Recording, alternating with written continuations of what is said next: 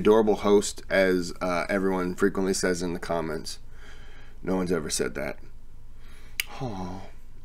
Well, anyways, I'm doing a requested video by subscriber Greg Messick about music executive attacked by shadow person. He said witchcraft killed this man. Same thing.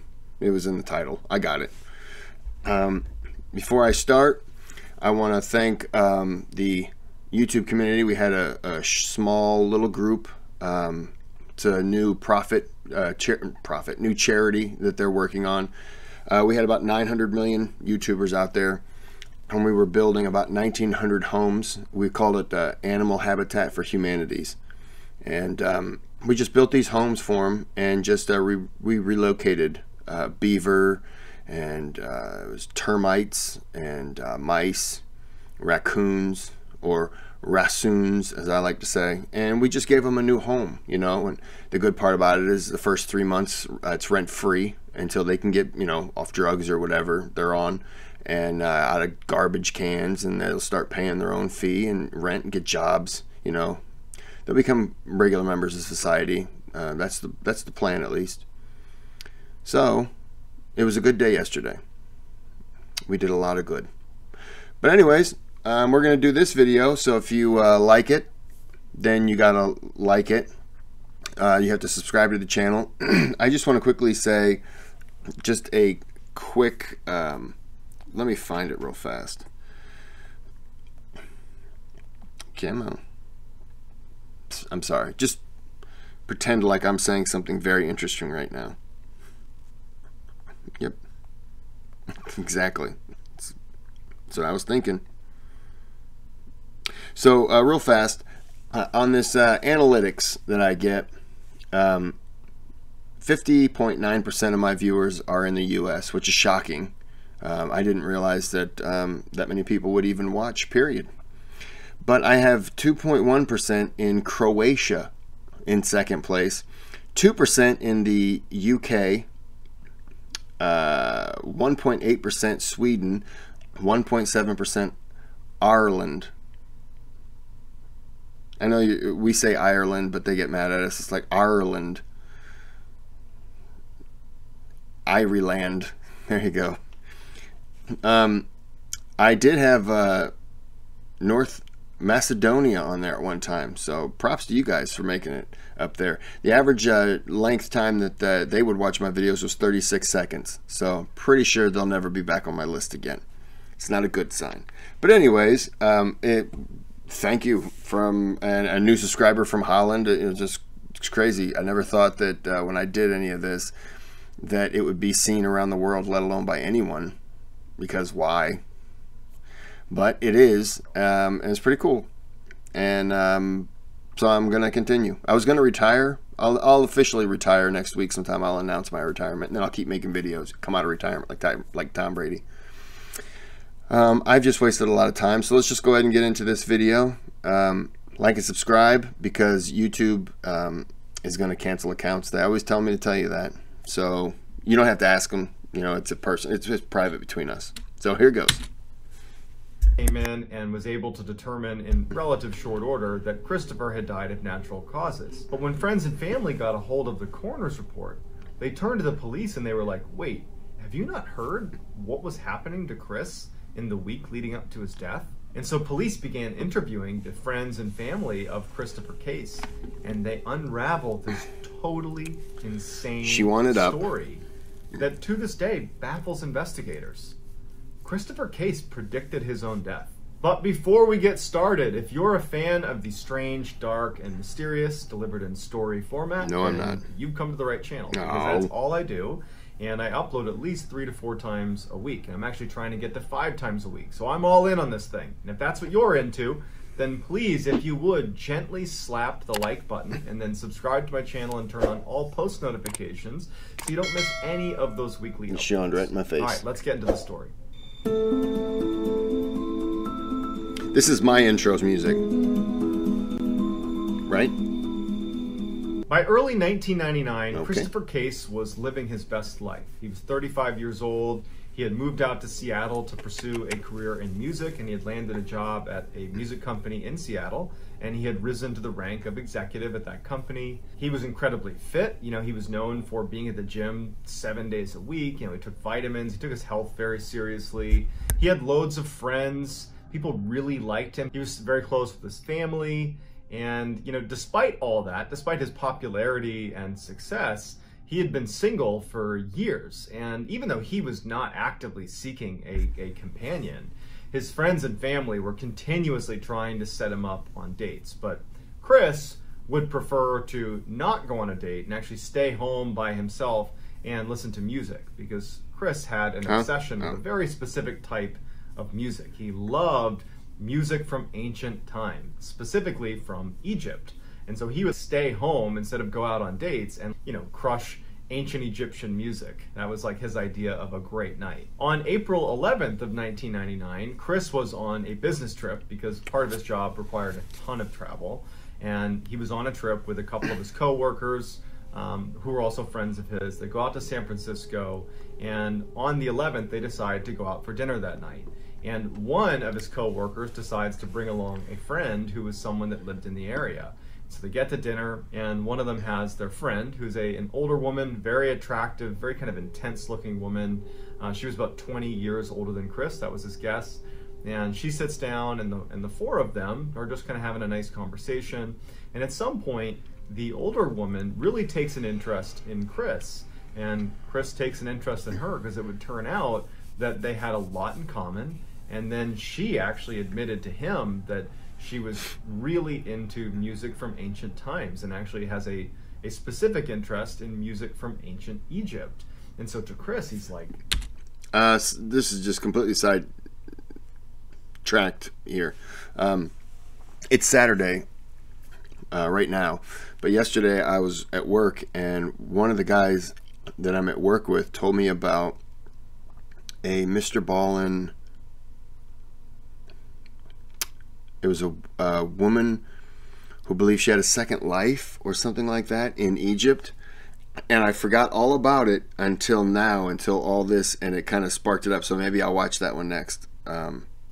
If anyone's seen it, it'll probably be released next week. I will record it. I have several requests to do, but sorry.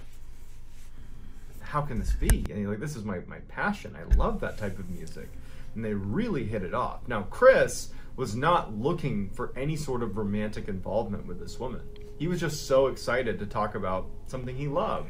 And so all night, Kris and this older woman are chatting it up, and they're super into each other. He was looking at her purely from a platonic sense, but it was becoming clear by the end of the night, at least Kris was realizing this, that she was looking at him with a romantic angle. She was interested in Kris. And in fact, right as he's kind of realizing this, she asks him if he wants to leave with her and go back to her place.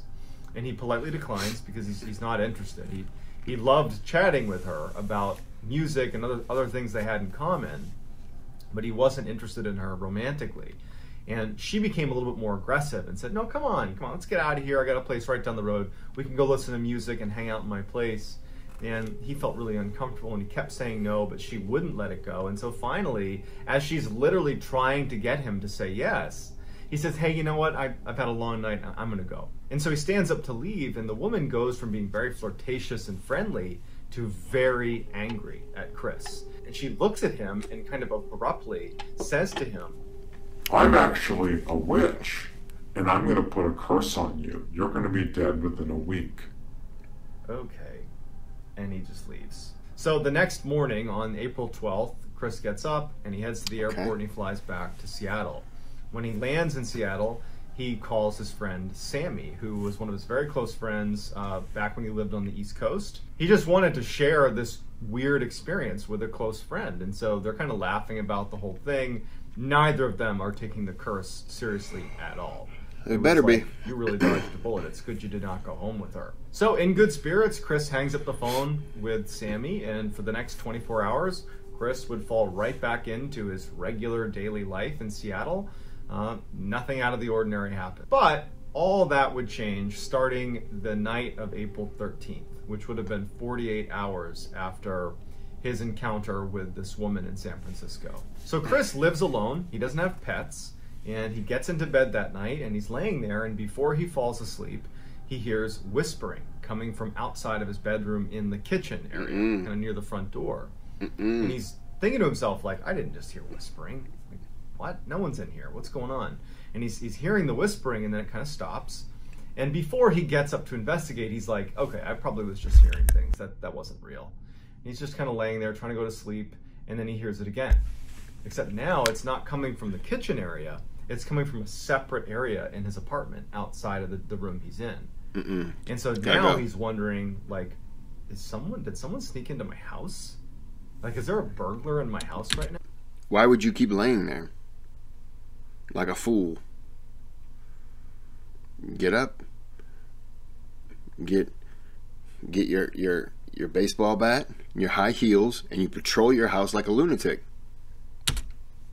No. And so, baseball bat's optional. So he quietly gets out of his bed and he walks over to his door. He opens it up and he can still hear the whispering, and it's coming from like his laundry room a little ways away. But as soon as he opens the door and he pokes his head out, the whispering stops. And he's just standing there, like, looking around, like, hoping that there isn't anything in his apartment. And then out of the corner of his eye, near the front door, he sees something dash across his periphery. Like a shadowy figure basically darts across the room. And so he looks over, and he's immediately afraid that it really is a burglar in his room. Yeah. And as he's looking, he's turning the light on next to him, he's looking around, and he starts hearing the whispering again, and now it's coming from another section of his house. So he just starts turning on all the lights and looking around to try to, like, make... This is what you do.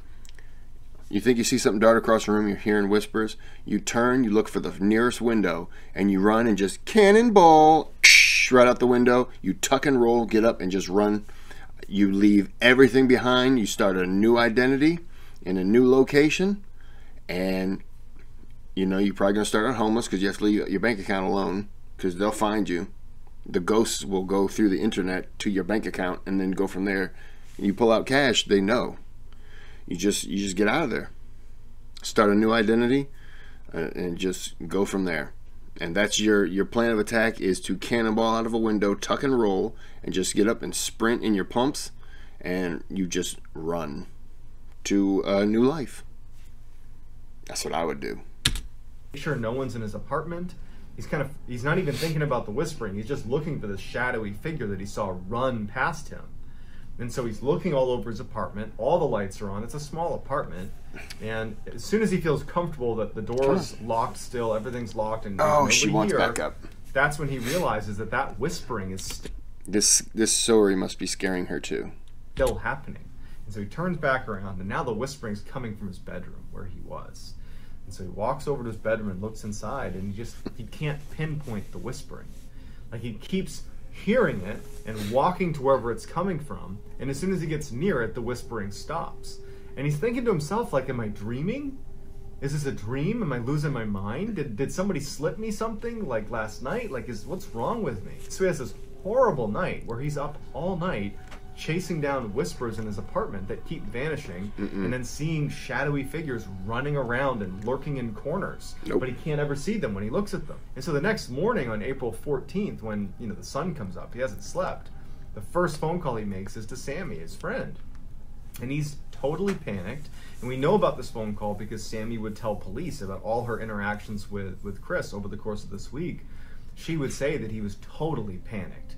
And she even thought, as she's taking this phone call, that it's just so weird, that Kris is scared of noises in his apartment and, like, figures moving around in his apartment, because it's so unlike Kris. He's, definitely a skeptic. He's just like no BS kind of guy. So the idea that he would suddenly be terrified of something paranormal running around his apartment just seemed so unlike him. But as he's listening to him, he was so scared about what was in his apartment. He knew it wasn't a person because he looked everywhere. There was no people. And that's the only reason he didn't call the police, is because he didn't want to tell the police that some shadow figure that's whispering in my apartment is harassing me. Like, what are the police going to do? So Sammy hangs up the phone with Kris after trying to reassure him and just hopes that whatever that was doesn't happen again. But unfortunately for Kris, the night of the 14th now, he's going to bed again, and he starts hearing the whispers, and immediately he's out there looking, lights on. He's looking for these whispers. They keep disappearing. He can't find the source. He's getting frustrated. He's scared. He keeps seeing that thing dart around his apartment, Except this night he also noticed that he would look and he could get close enough to where he could break out the silhouette of what looked like a person, you know, like lingering in the corner of his apartment, but he'd go closer to it and it would disappear. It was like the manifestations of what he was seeing, the whispers and this figure running around his apartment were becoming more vivid. But he's also thinking like, I didn't sleep the night before.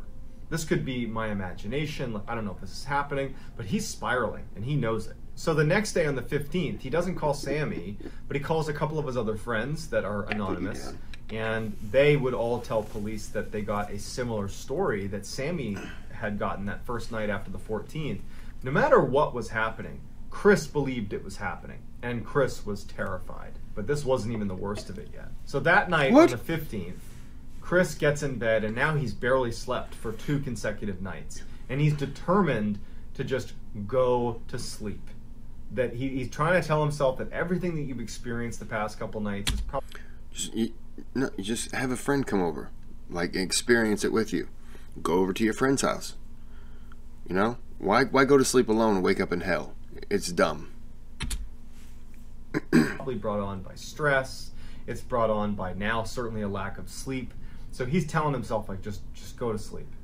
Just get in bed and go to sleep. So he gets in bed and he's laying there and he does fall asleep. But he wakes up in the middle of the night and he can't move his body. He's paralyzed. He can't move and he's totally awake. And he starts hearing whispering. And now his level of fear is so high because now he's immobile. But the past 2 nights he's heard that whispering in his apartment and he's seen that figure moving around his apartment. And so he's laying there in darkness because he went to bed in darkness. And he starts hearing whispering outside his room and then it stops. And then he starts hearing whispering inside of his closet and it stops. And then he hears whispering right underneath his bed and he can't move. And he's just laying there praying that nothing horrible is going to happen to him, that this is just a dream. And then out from underneath his bed, right next to him, he can only turn his eyes. This black figure, this shadowy black figure emerges right next to his bed.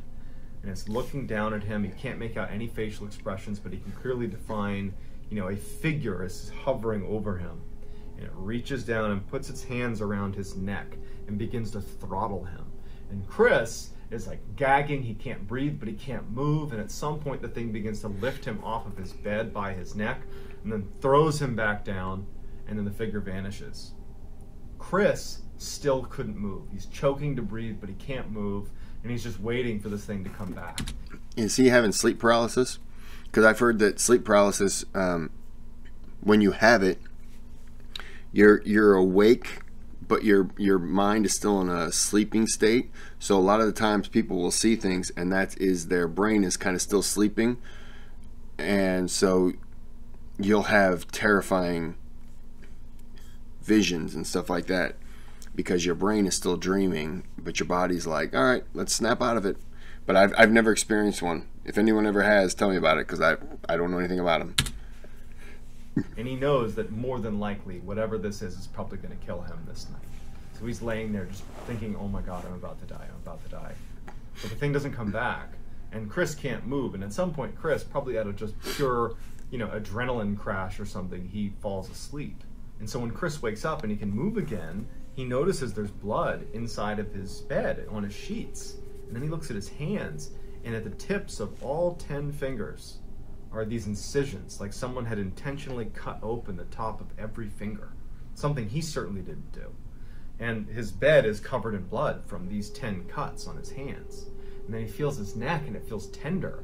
And it turns out he had marks on his neck. It was all bruised up from this thing choking him out. And it brought him back to, like, that really happened. He's now, like, actually in fear for his life. Kris immediately calls Sammy and tells Sammy everything that happened, and Sammy can't believe any of it. She felt helpless because she's on the other side of the country. She can't help him, and Kris is just petrified. And he's like, he can barely speak, he's like unable to articulate what's happening. He's describing these cuts on his hand and his neck, but there's no one in his apartment. And Sammy's trying to get him to call the police, but Kris is like, I can't call the police. What am I gonna tell him? That a shadowy figure is coming in my apartment and choking me? Mm-hmm. They're going to think I'm crazy. Kris decides he's going to approach this head on. Maybe that woman in San Francisco did put some curse on me. I need to go at least research it. And so there was a religious bookstore right near his house that he figured might have some things on demonic possession and demons, the occult.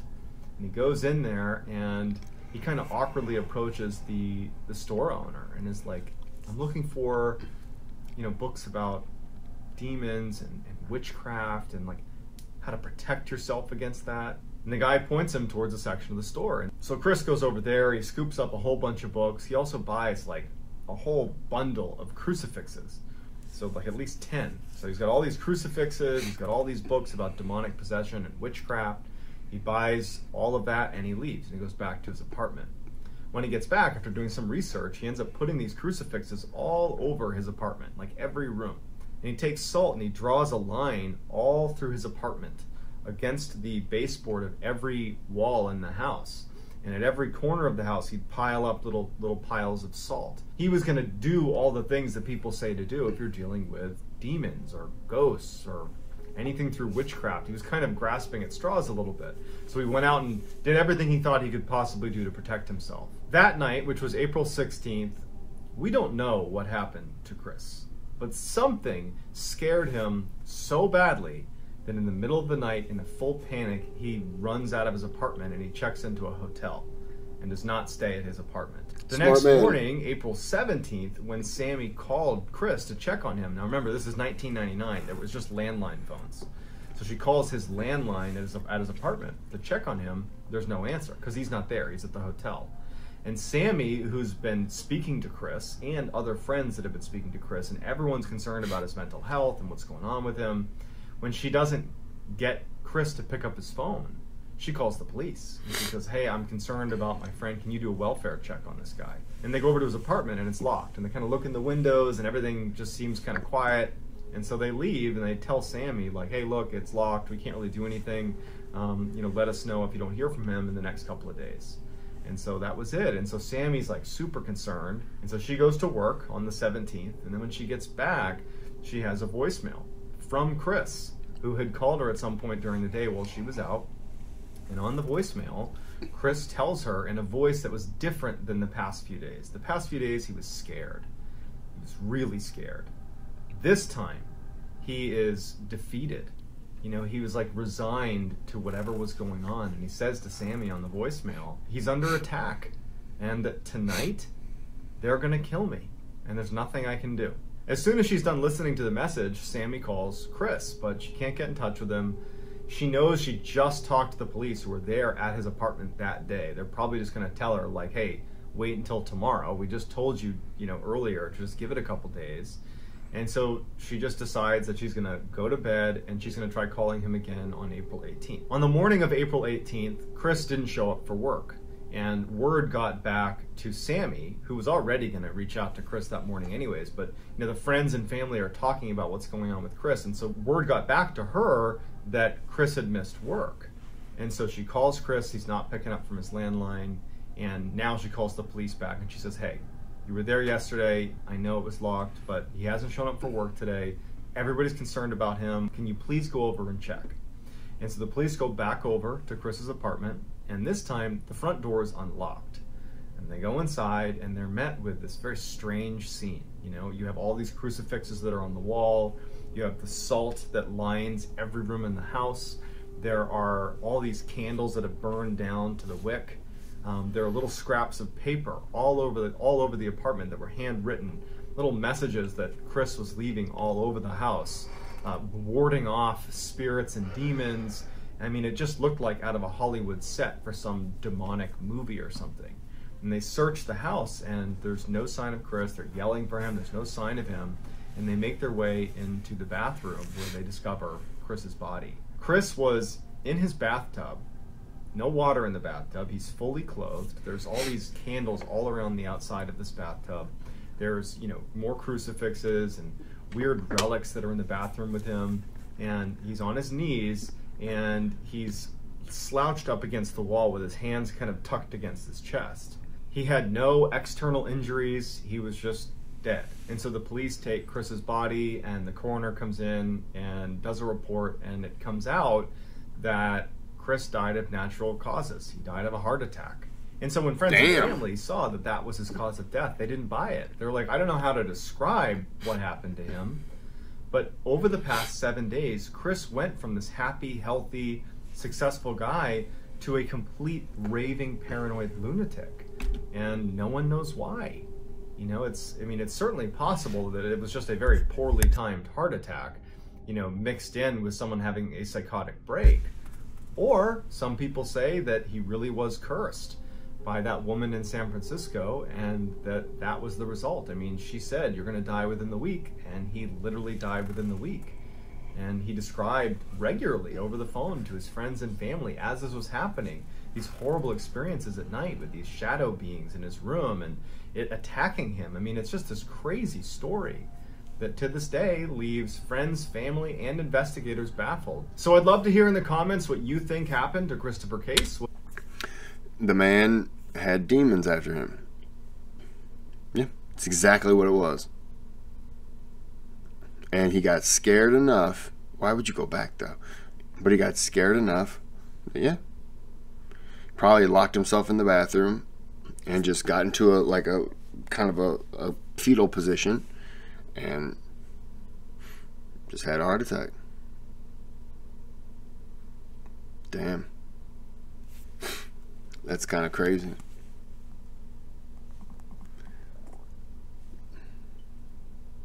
Well, I'm sorry. I don't really know what else to say to that. I was about to look up the Christopher Case story and just read it real fast, but I'm not going to do that with you guys here. It's dumb. You just heard the story. I just told you the story, you know, through someone else's body. Anyway, I'm going to end this here. Appreciate the request. I like this video. You have to hit the thumbs up button, or a demon will visit you within 7 days. Yeah, I'm a witch now. I'm gonna join.